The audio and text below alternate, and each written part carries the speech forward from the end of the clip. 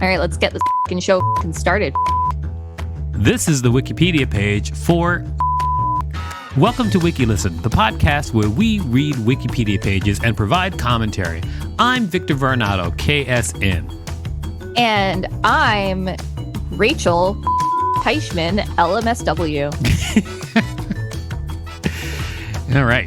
This Wikipedia page is obviously one that is near and dear to our hearts. Happy April Fools, everybody. This is the Wikipedia page. Is an obscene English language word. It often refers to the act of sexual intercourse, but is also commonly used as an intensifier or to convey disdain.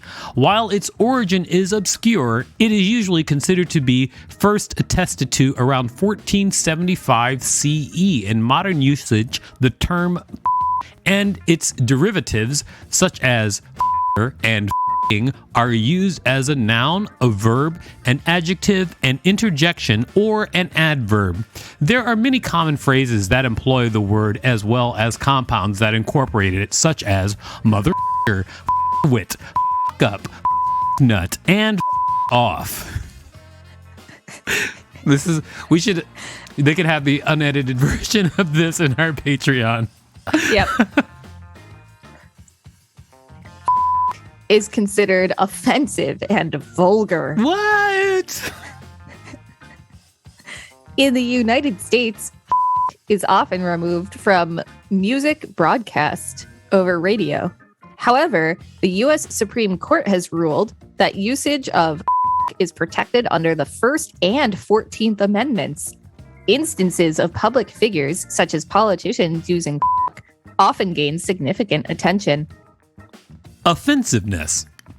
It is unclear whether the word has always been considered vulgar or, if not, when it first came to be used to describe, often in an extremely angry, hostile, or belligerent manner, unpleasant circumstances or people in an intentionally offensive way, such as in the term mother.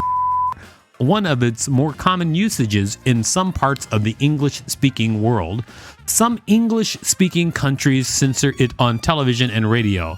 Andrea Millwood Hargrave's 2000 study of the attitudes of the British public found that was considered the third most severe profanity, and its derivative, mother second, was considered the most severe.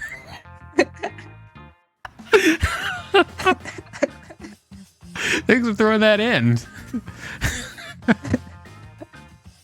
Nevertheless, the word has become increasingly less vulgar and more publicly acceptable. An example of the dysphemism treadmill, wherein former vulgarities become inoffensive and commonplace. Because of its increasing usage in the public forum, in 2005, the word was included for the first time as one of the 3 vulgarities in the Canadian Press's Canadian Press Caps and Spelling Guide. Journalists were advised to refrain from censoring the word, but use it sparingly and only when its inclusion was essential to the story. According to linguist Pamela Hobbs, quote, notwithstanding its increasing public use, enduring cultural models that inform our beliefs about the nature of sexuality and sexual acts preserve its status as a vile utterance that continues to inspire moral outrage, end quote. Hobbes considers users rather than usage of the word and subdivides users into non-users for whom, quote, the word belongs to a set of taboo words, the very utterance of which constitutes an affront, and any use of the word, regardless of its form, verb, adjective, adverb, etc., or meaning, literal or metaphorical, evokes the core sexual meanings and associated sexual imagery that motivates the taboo, end quote. And users for whom metaphorical uses of the word no more evoke images of sexual intercourse than a 10-year-old's "my mom will kill me if she finds out" evokes images of murder, so that the, quote, criteria of taboo are missing. Etymology. Germanic cognates. The Oxford English Dictionary states that the ultimate etymology is uncertain, but that the word is probably cognate, with a number of Germanic words with meanings involving striking, rubbing, and having sex, or is derivative of the old French word that meant to have sex. Sex. The word has probable cognates in other Germanic languages, such as German, ficken, to Dutch, Foken, to breed, to beget, Afrikaans, folk, to Icelandic, to mess around, to rush, dialectical Norwegian, to copulate, and dialectal Swedish, foka, to strike, to copulate, and penis. F-O-C-K, right? Anyway, whatever. I don't speak Swedish. This points to a possible etymology where common Germanic in from the verb root fug, to blow, comes from an Indo-European root puke or pug, to strike, cognate with non-Germanic words such as Latin pugno, I fight, or pugnus, fist. By application of Grimm's law, the hypothetical root also has the pre-Germanic form pugna, to blow, which is the etymon of, amongst others, Dutch folkzeil, for sale. There is a theory that is most likely derived from German or Dutch roots and is probably not derived from an Old English root. False etymologies.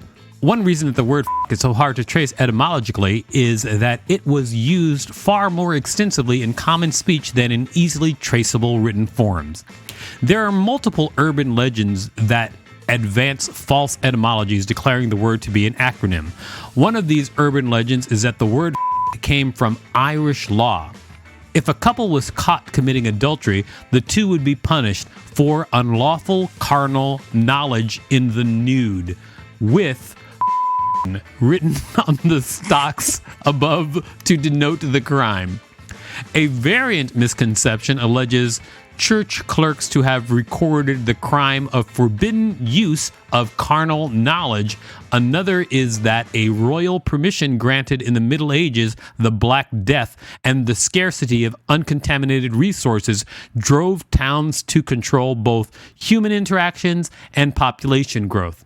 Supposedly, many towns required permission to intermingle or to make babies. Hence, no couple could do either without royal permission, usually from a local magistrate or lord, which required placing a sign visible from the road that said, "Fornicating under consent of king," which was later shortened to This story is hard to document, has persisted in oral and literary traditions for many years, but has been proven false.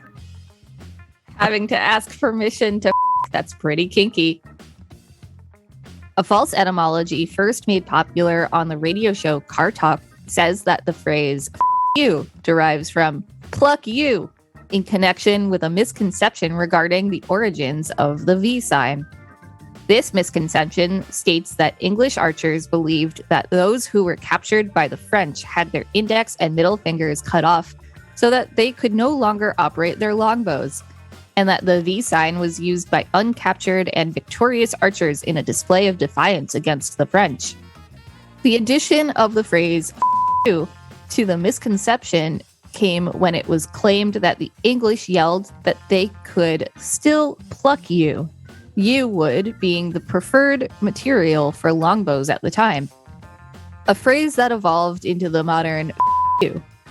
In any event, the word has been in use far too long for some of these supposed origins to be possible, since no such acronym was ever recorded before the 1960s, according to the lexicographical work The F Word. Such claims create, at best, a so-called backronym. Grammar. In terms of its parts of speech, has a very flexible role in English grammar, functioning as both a transitive and intransitive verb, and as an adjective, adverb, noun, and interjection. Although the word itself is used in its literal sense to refer to sexual intercourse, its most common usage is figurative to indicate the speaker's strong sentiment and to offend or shock the listener. Linguist Jeffrey Hughes found 8 distinct usages for English curse words, and can apply to each.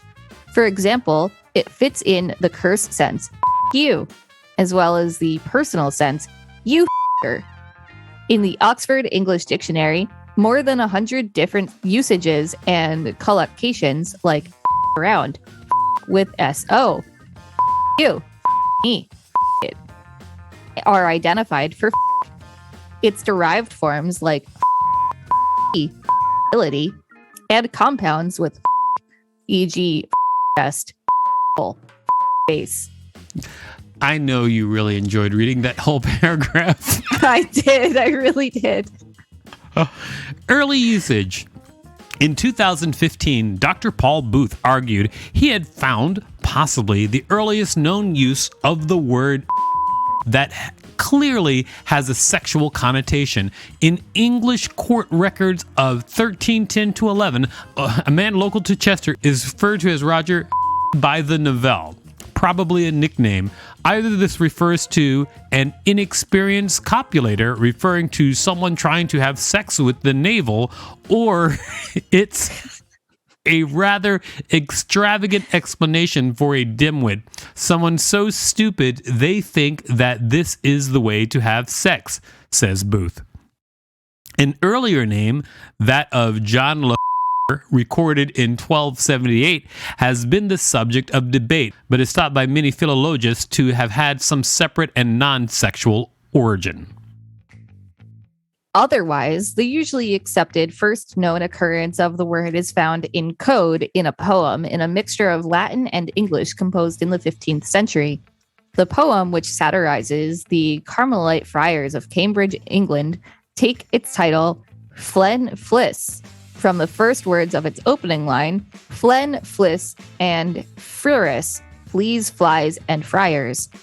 The line that contains reads, Non sunt in coli quia gixtibov ix kixt pig ifmic. Deciphering the phrase gixt boo ex kixt pig ifmic. I want everybody out there to know that Rachel is not having a stroke. What's happening is the phrases say, it says, it's G, this is a word, GXDDBOU, that's one word. And then there's another word, here's another word, XXKXZT. So I don't know what's happening on this page, if this is correct. Actually, I'm going to Google this and see if these are real words. Hold on, let me Google and see what happens. Yeah, it's real. Oh. It's real. It's real, and it comes... Okay, I mean, it's Latin. It's real. It's this crazy poem. I guess it must have been a nonsense poem, like the Jabberwocky, maybe? Who knows? Anyway, keep... Hereby replacing each letter by the previous letter in alphabetical order, as the English alphabet was then, yields the macaronic non sunt in coli quia vivis of Healy, which translated means they are not in heaven because they the women of Eli. Very nice. The phrase was probably encoded because it accused monks of breaking their vows of celibacy. It is uncertain to what extent the word was considered acceptable at the time. The stem of is an English word used as Latin. In the Middle English of this poem, the term wife was still used generically for woman. William Dunbar's 1503 poem, Brash of Vowing, includes the lines, Yit be his Ferris, he walled how Ye breakt my heart, my bony ain. 2:13-14. The oldest occurrence of the word in adjectival form, which implies use of the verb in English, comes from the margins of a 1528 manuscript copy of Cicero's De Officiis. A monk had scrawled in the margin notes, Abbot. Whether the monk meant the word literally to accuse this abbot of questionable monastic morals, or whether he used it as an intensifier to convey his extreme dismay, is unclear.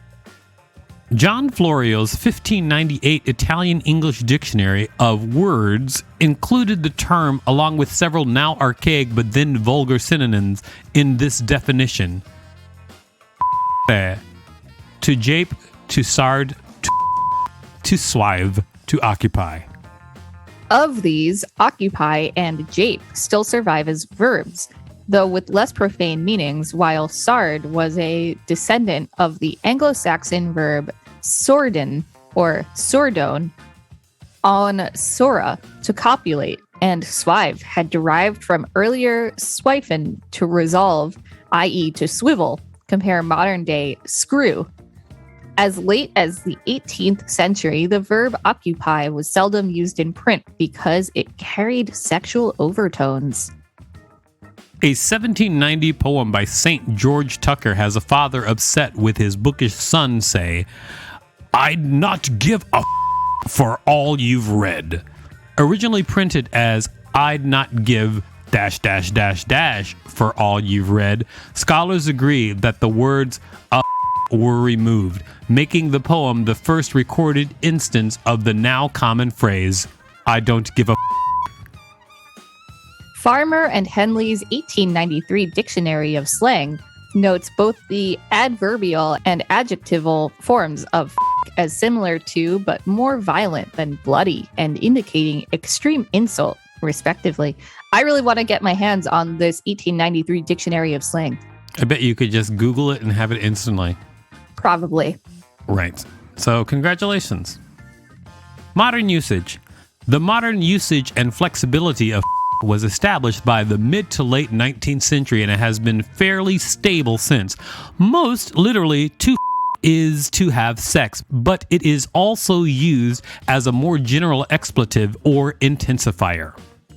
Insertion of the trochaic word can also be used as an exercise for diagnosing the cadence of an English language word. This is the use of or more specifically as an infix, or more properly a emesis. See expletive in fixation. For example, the word incredible sounds acceptable to the English ear and is in fairly common use, while incredible would sound very clumsy. Though depending on the context, this might be perceived as a humorous improvisation of the word. Absolutely and mother are also common uses of as an affix.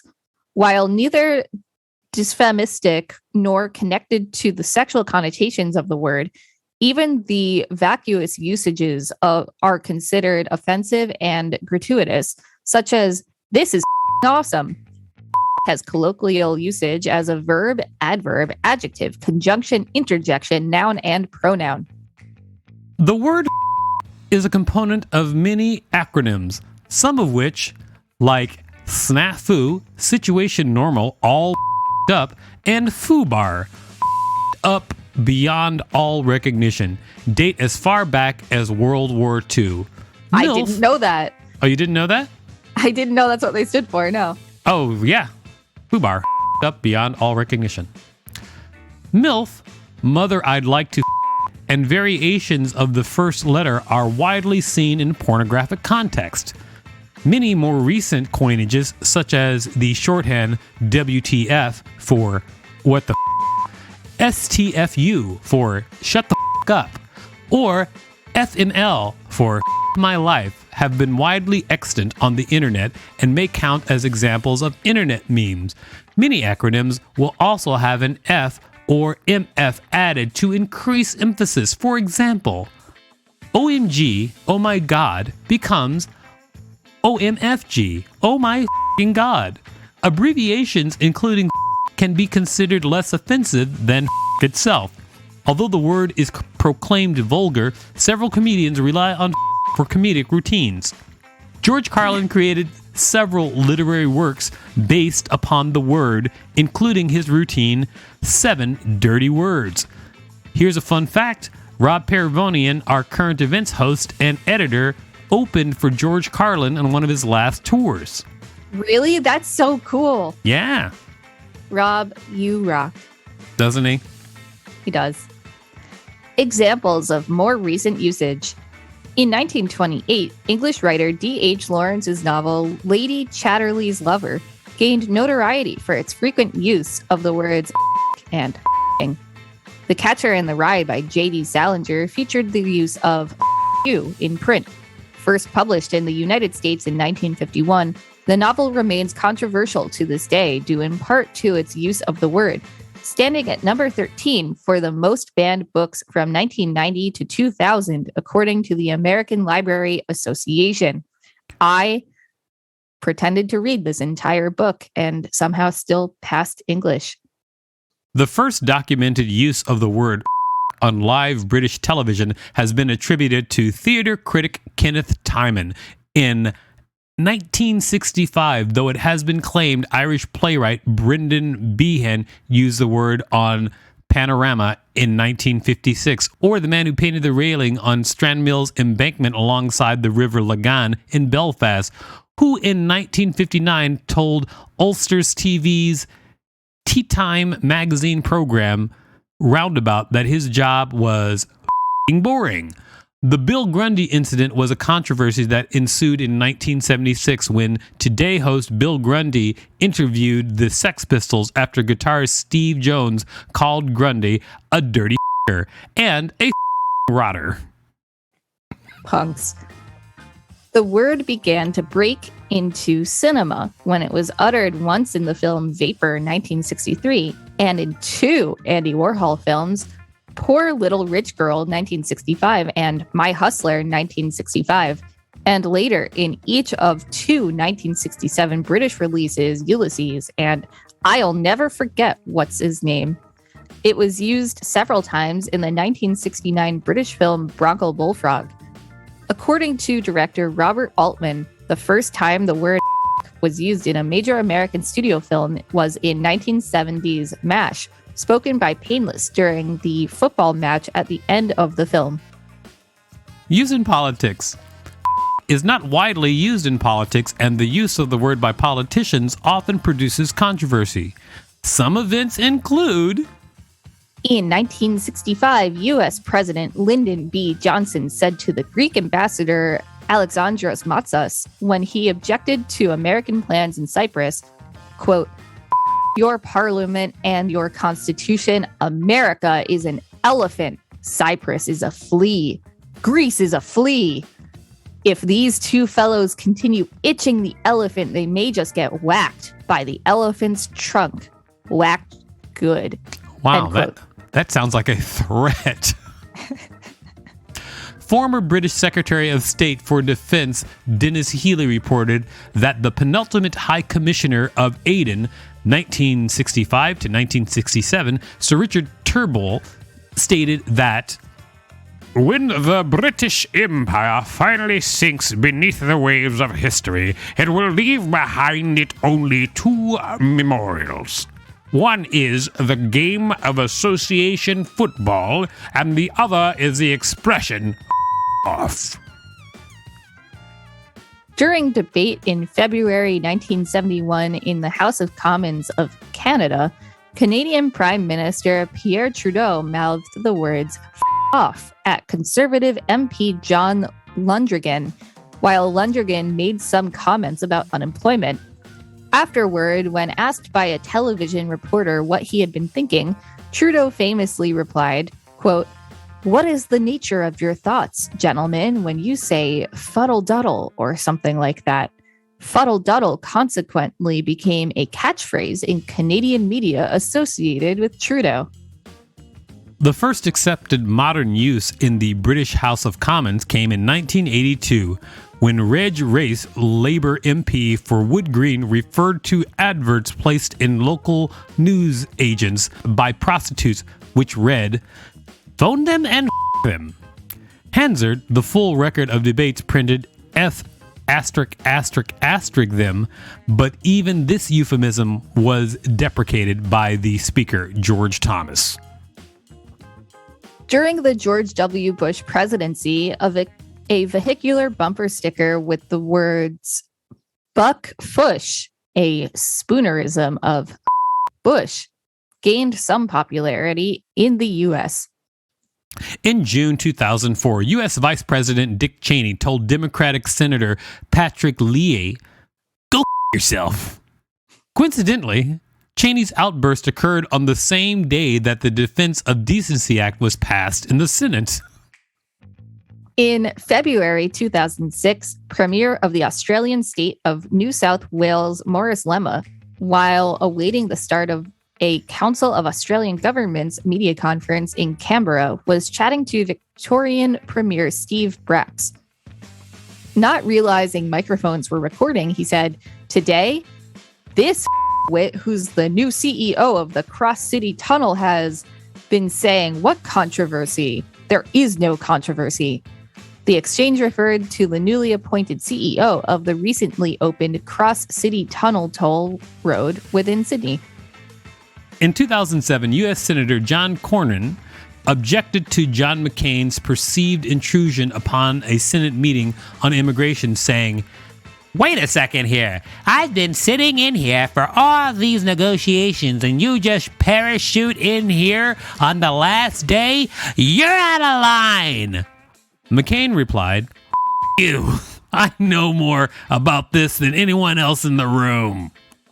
In April 2007, New Zealand Education Minister Steve Mahari said, "You," to a fellow MP during parliamentary question time. He apologized shortly afterwards. In December 2008, recorded telephone conversations revealed Illinois Governor Rod Blagojevich, how do you say his last name? Blagojevich. I think so. Trying to sell an appointment to the Senate seat that Barack Obama resigned after being elected president.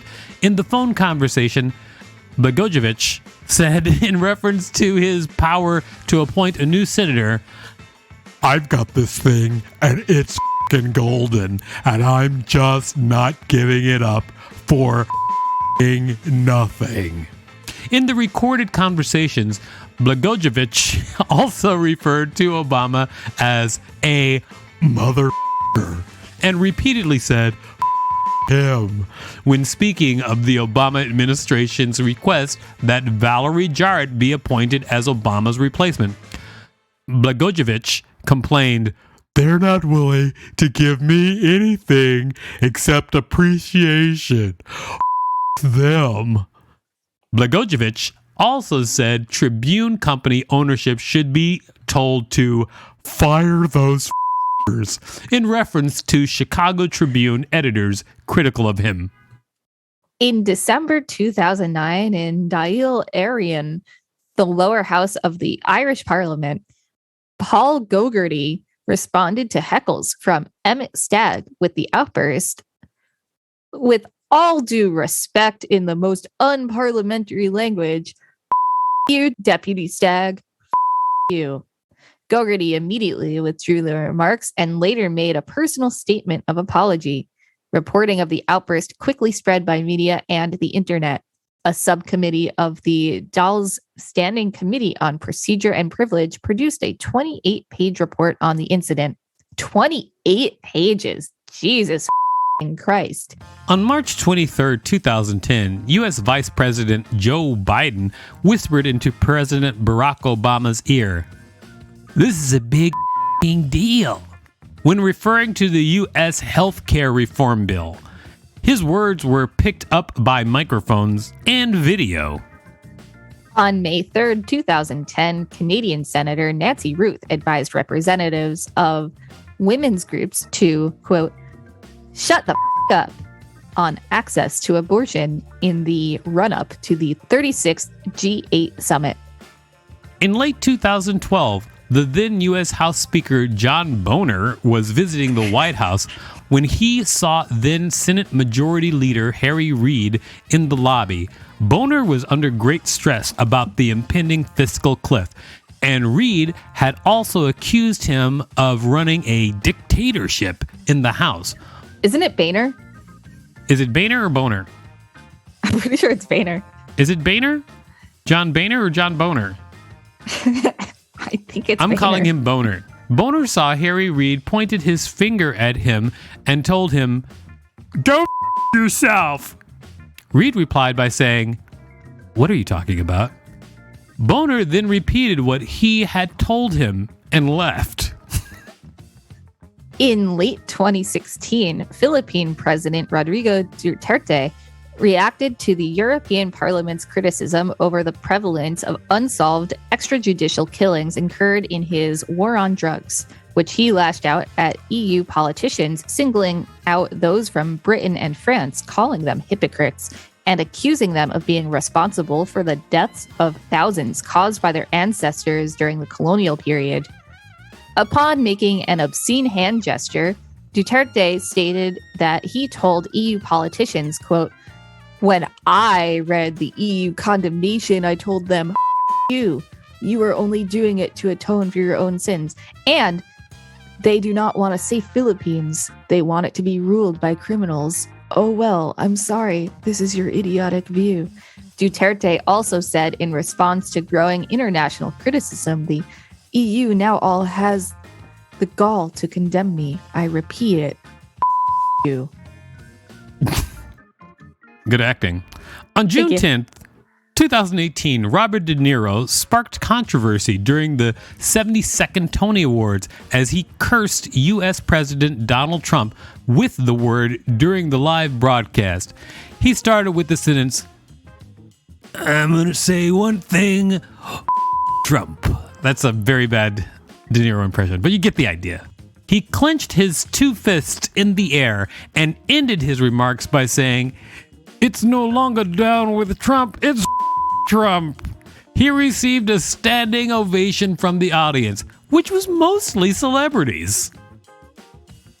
On August 5th, 2019, Beto O'Rourke, after learning of a mass shooting in his hometown of El Paso, Texas, stated, "He's been calling Mexican immigrants rapists and criminals. I don't know, like members of the press. What?" Referring to Donald Trump when asked for his reaction to the shooting.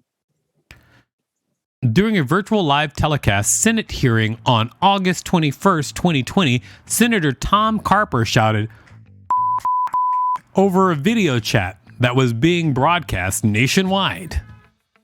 During his October 9th, 2020 appearance on the Rush Limbaugh Show, U.S. President Donald Trump stated in a threat to Iran, "If you around with us, if you do something bad to us, we are going to do things to you that have never been done before."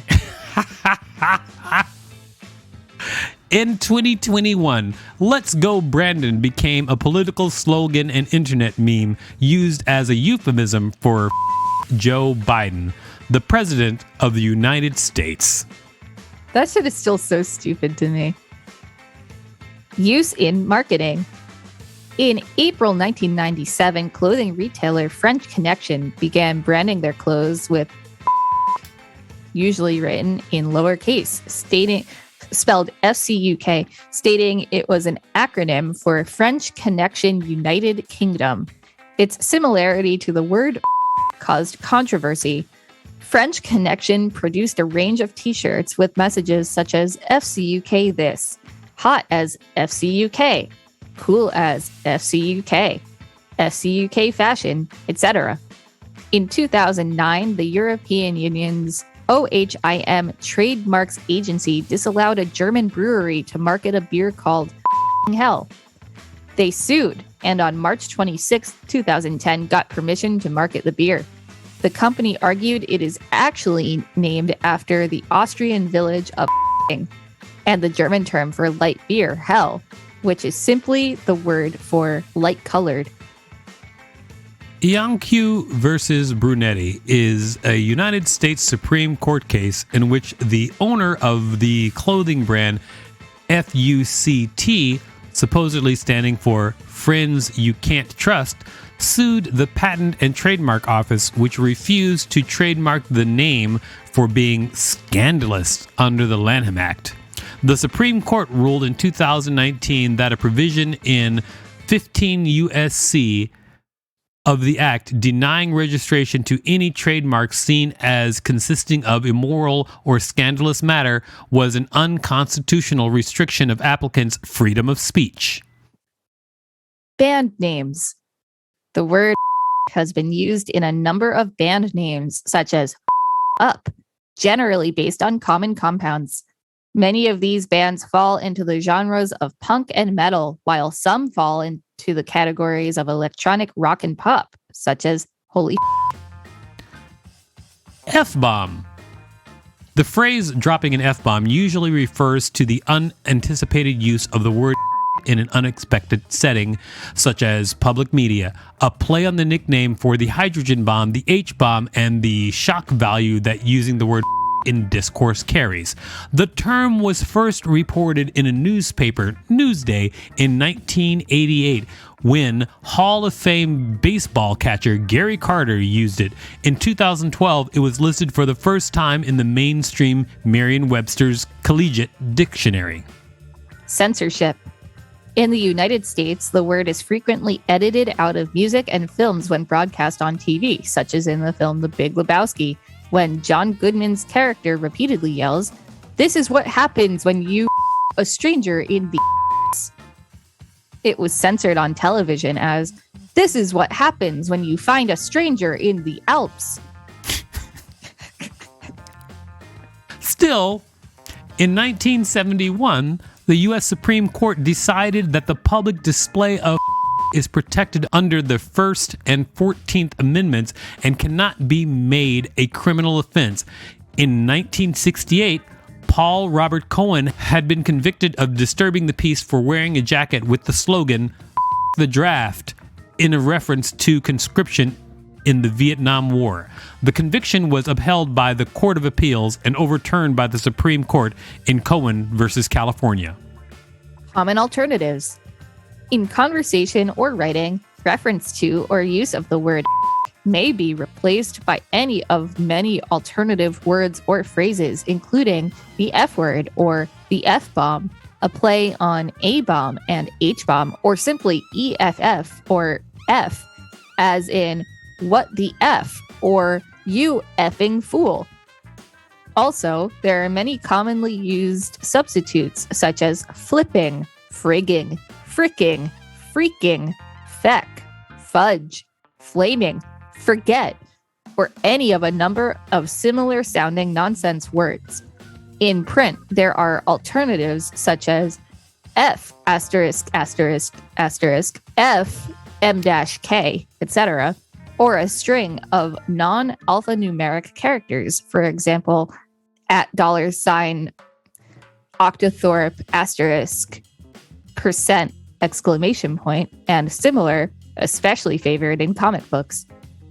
A replacement word used mainly on the internet is FSCK, derived from the name of the Unix file system checking utility.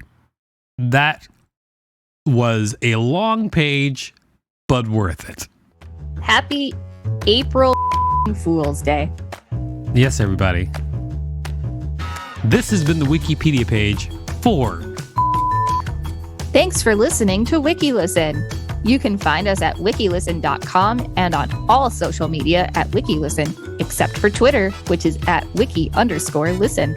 If you'd like us to read a page, please tell us, and we will do it.